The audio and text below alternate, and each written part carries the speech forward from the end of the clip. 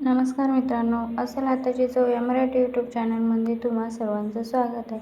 तर आजचा व्हिडिओ हा खूप साधा सोपा बेताचा आहे. तर आज आपण बनवणार आहोत एकदम मऊसूद आणि मोकळ्यासूद होणाऱ्या शेवया उपमा. यासाठी मी इथे 1 बाउल शेवया घेतल्या आहे. ह्या शेवया मी विकतच्या नाही तर घरी जे उन्हाळ्यात आपण वाळवणात बनवतो त्याच घेतलेल्या आहेत.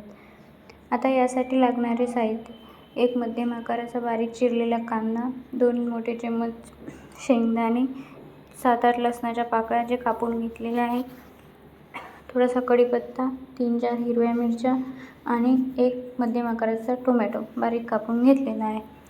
हिरवी मिरची तुम्ही तुमच्या तिखटानुसार घ्यायची. आता यामध्ये 2 मोठे चम्मच तेल घालून घ्यायचं आहे. तेल जास्त वापरायचं नाही, थोडे कमीच तेल वापरायचे, म्हणजे तेलामुळे हे चिकट होतात, त्यामुळे तेल थोडे कमीच वापरायचे. तर तेल चांगले तापले की यामध्ये 1 चम्मच मोहरी घालायची आहे. मोहरी चांगली कडकडली की मग यामध्ये 1 चम्मच एवढे जिरे घालायचे आहे. तर मोहरी आणि जिरे चांगले तडतडू द्यायचे आहेत. नंतर यामध्ये शेंगदाणे घालून घ्यायचे आहे. थोडासा कढीपत्ता घालायचा आहे. शेंगदाणे आणि कढीपत्ता चांगला कडकड होऊ द्यायचा आहे. कढीपत्ता लगेच तडतडतो, पण शेंगदाणे थोडा वेळ लागतो, म्हणून शेंगदाणे चांगले कडकडीत होऊ द्यायचे आहेत. तेल जर चांगले कडकडीत तापलेले असतील तर शेंगदाणे तडतड व्हायला जास्त वेळ लागत नाही. शेंगदाणे तेलामध्ये चांगले तळले गेले तरच ते चांगले लागतात, नाहीतर कच्चे राहिले तर चांगले लागत नाहीत. आता आपले शेंगदाणे चांगले कडक झालेले आहेत. आता यामध्ये मिरची आणि लसूण घालून घ्यायचं आहे. हेही चांगले 1 मिनिट परतून घ्यायचं आहे. लसणाचा वास गेला म्हणजे लसूण चवीला चांगला लागतो. जर लसूण तेलामध्ये चांगला नाही परतला गेला तर त्याचा वास येतो. तर लसूण आणि मिरची चांगली तडतडलेली आहे. आता यामध्ये कांदा घालून घ्यायचा आणि कांदा छान लालसर सोनेरी होईपर्यंत आपल्याला यामध्ये परतून घ्यायचा आहे. यामध्ये तुम्ही हिरवी मिरचीऐवजी लाल तिखटही घालू शकता. जर हिरवी मिरची आवडत नसेल तर लाल तिखट घालणे हे पूर्णपणे ऑप्शनल आहे. आता मिरची ही कांदा सर्व व्यवस्थित गरम तळून झालेला आहे. आता यामध्ये टोमॅटो घालून हेही 1-2 मिनिट परतून घ्यायचं आहे.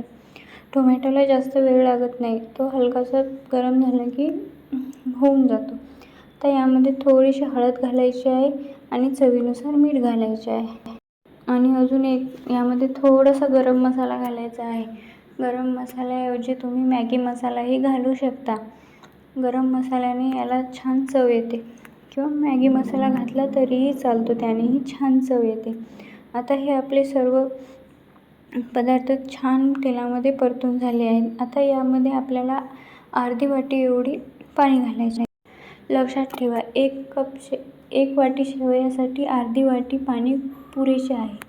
जास्त पाणी घेण्याची गरज नाही. यामध्ये अर्ध्या वाटी पाणीमध्ये ह्या शेवया शिजून तयार होतात.